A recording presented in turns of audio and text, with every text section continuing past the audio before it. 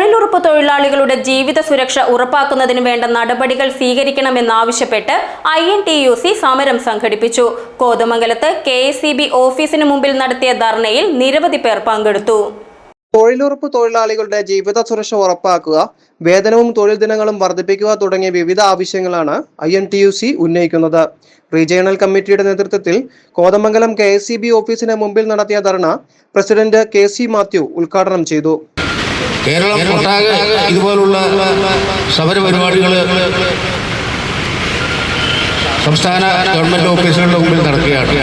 ഇതിനകത്ത് നമ്മൾ INTUC ഉന്നയിക്കുന്ന വിഷയങ്ങൾ ഇപ്പോൾ ഇവരുടെ കാലാനുസൃതമായ, അതായത് കർഷക തൊഴിലാളികൾക്ക് കൊടുക്കുന്ന വേതനം, അതായത് ഇപ്പോൾ 697 രൂപയാണ് കർഷക തൊഴിലാളികൾക്കുള്ള വേതനം.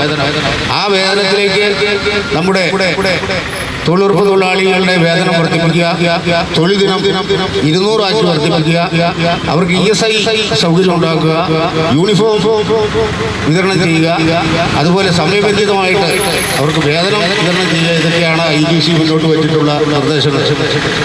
INTUC ഇതുപോലുള്ള സമരപരിപാടികൾ എല്ലാ മേഖലയിലുമുള്ള തൊഴിലാളി വർഗത്തിന് വേണ്ടിയിട്ട് നിരന്തരം ഈ പ്രത്യേകിച്ച് തൊഴിലാളി വർഗ പാർട്ടി എന്ന് അവകാശപ്പെടുന്ന LDF സർക്കാർ വന്നതിന് ശേഷം നടത്തുന്ന തൊഴിലാളി വിരുദ്ധ പ്രവർത്തനത്തിന് എതിരായിട്ട് മുനിസിപ്പൽ കൗൺസിലർ ഫാനുമതി രാജു അധ്യക്ഷത വഹിച്ചു.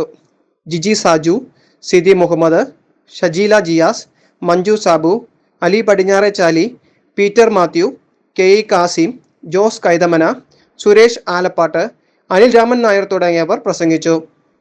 GTV news, Kothamangalam.